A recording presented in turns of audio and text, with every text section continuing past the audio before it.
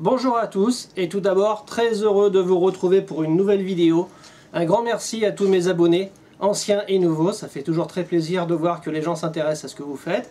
Bonjour particulier à Quentin qui se reconnaîtra. Aujourd'hui on se retrouve donc dans la nouvelle partie du lèche-roue pour Can-Am Spyder. J'ai donc récupéré la cage en aluminium soudée. Un grand merci à Cédric, le ferronnier, qui a soudé l'aluminium pour moi et qui a plié aussi donc les parties en aluminium de la précédente vidéo. Donc le travail d'aujourd'hui va consister à assembler l'aluminium à notre garde-boue donc en plastique. Donc on va tout simplement percer le plastique donc de part en part et le visser directement en taraudant l'aluminium. Une fois la partie donc solidarisée, je pense remettre une couche de fibre de verre pour bien maintenir l'ensemble, parce que c'est évident que ça sera soumis à beaucoup de vibrations sur le pneu arrière, donc je veux absolument sécuriser l'ensemble. Allez, il n'y a plus qu'à. Donc pour réaliser le maintien de la cage au lèche-roue, je vais donc percer à un diamètre de 4,2 mm, puis ensuite tarauder en M5. Pourquoi pas plus grand? Parce que l'épaisseur de l'aluminium étant de 5 mm, plus je vais faire un filet serré, plus la vis tiendra, plutôt que de prendre un diamètre supérieur comme du M6, où là j'aurai qu'un seul sillon dans l'aluminium. Donc je préfère tarauder à 5.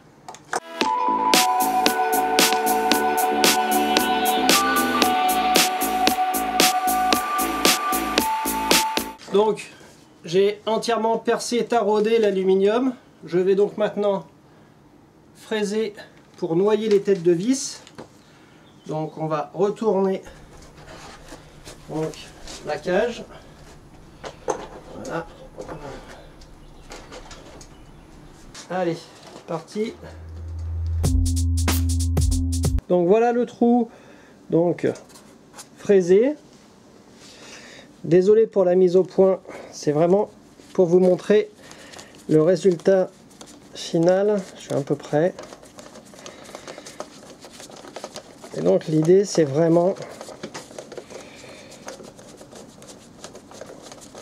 de noyer la tête de vis dans le plastique. Alors, je vais essayer de faire une mise au point, c'est pas évident. Voilà. Très bien. Vous voyez donc, vraiment à fleur. Donc 24 heures viennent de se passer. Toutes les vis sont assemblées. Au moment du vissage, j'ai mis une pointe de colle de néoprène afin qu'elle soit définitivement scellée entre l'aluminium et le plastique. Je vais maintenant les couper à ras pour pas qu'elles dépassent. Comme je vous le montre maintenant, vous voyez, donc elle dépasse bien de l'aluminium. Ça va être la première chose. La deuxième chose, un peu plus délicate, ça va être d'assembler le sabot au lèche-roue. Donc le sabot qui lui sera fixé sur la machine, juste au pied de l'amortisseur, qui se trouve donc à cet endroit-là.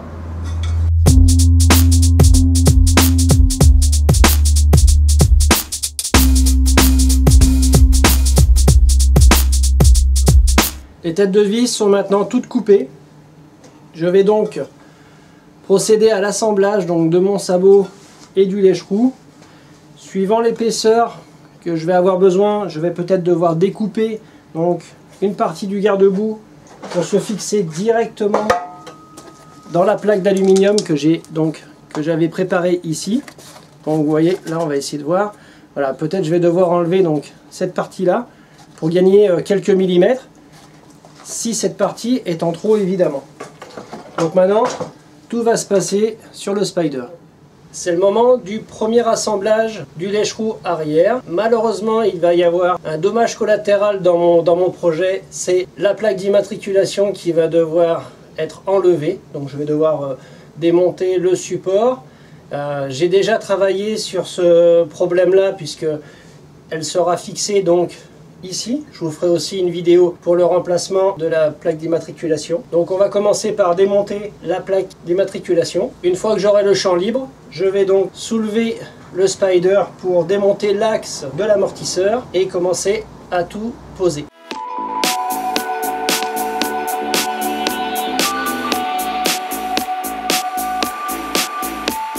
J'ai monté le spider, mais il faut impérativement mettre le frein à main et caler au moins une des deux roues avant. Pour être sûr qu'il n'y a pas de problème, je vais rajouter une chandelle côté pot d'échappement, parce qu'il a plus de place de ce côté-là que côté courroie. Au cas où la moto devait bouger, au moins tout ne tombera pas d'un coup. Alors je vous cache pas que je viens de passer un bon quart d'heure pour enlever l'axe, donc qui est ici. Il faut savoir que quand vous trouvez le bon équilibre entre le cric ici et les chandelles, l'axe s'enlève tout seul. Vous voyez, comme vous pouvez le voir, je peux le remettre, si j'arrive à filmer, je peux le remettre très facilement à l'intérieur. Mais il faut trouver le point d'équilibre. Donc maintenant que c'est enlevé, je vais tracer les deux trous pour le sabot de maintien du lèche-roue.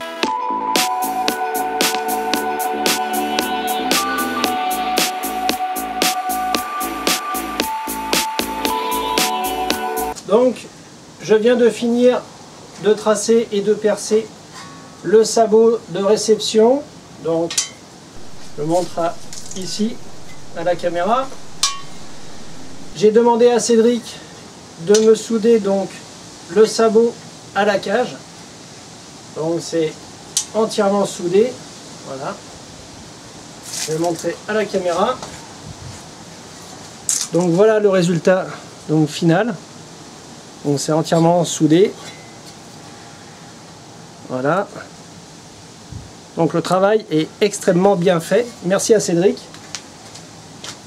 J'ai aussi fait quelques découpes sur le sabot afin de permettre de le placer par l'extérieur sans démontage.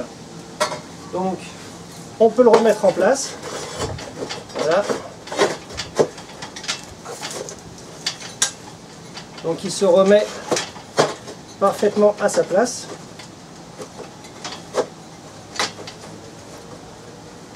Voilà. Hop.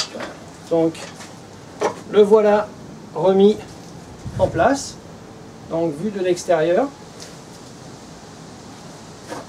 Donc les découpes ici ont été faites pour laisser passer l'amortisseur, du moins le ressort de l'amortisseur. Donc je vais réassembler la cage et le garde-boue et faire un premier montage d'essai sur le Spider. Il n'y a plus qu'à finir l'ajustage de l'aluminium, recentrer un peu le plastique sur la cage en alu et puis après masticage et finition.